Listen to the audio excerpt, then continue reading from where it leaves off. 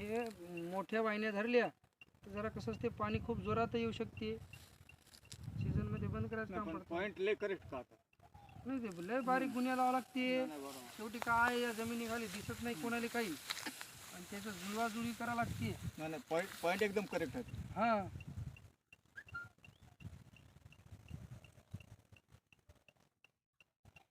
3-3.5च्या जवळपास पाणी जाऊ शकते आणि प्रेशरला जोरात असलं ना तर पाणी उभे लागू शकते.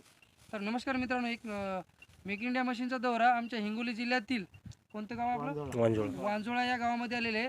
या दादाचं गहू आणि मक्का हे सगळं काही सुकू लागलं होतं. सुकू लागल्यामुळं दादांना एक बोर घ्यायचा होता. तर यांचे एक मित्रमंडळी आपल्या कनेरगावले जे एक 20-25 बोर सक्सेसफुल झालेले आहेत त्याचे आपले हे मित्र आहेत दादा. या दादांना त्यांना मित्रांना कनेरगावल्यांना नंबर दिला आणि दादाचं गहू मक्का एक नदीचे काठी असून पण सुकून चालला होता. त्यासाठी एक बोर घ्यायचा होता. त्याने आपल्या मशिनीला सर्वे करण्यासाठी बोलवलं आणि इथं एक आपण पॉईंट काढलेलं आहे.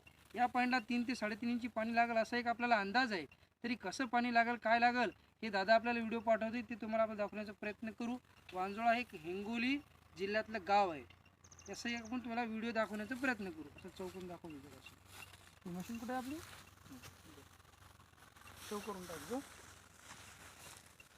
हे कसं आहे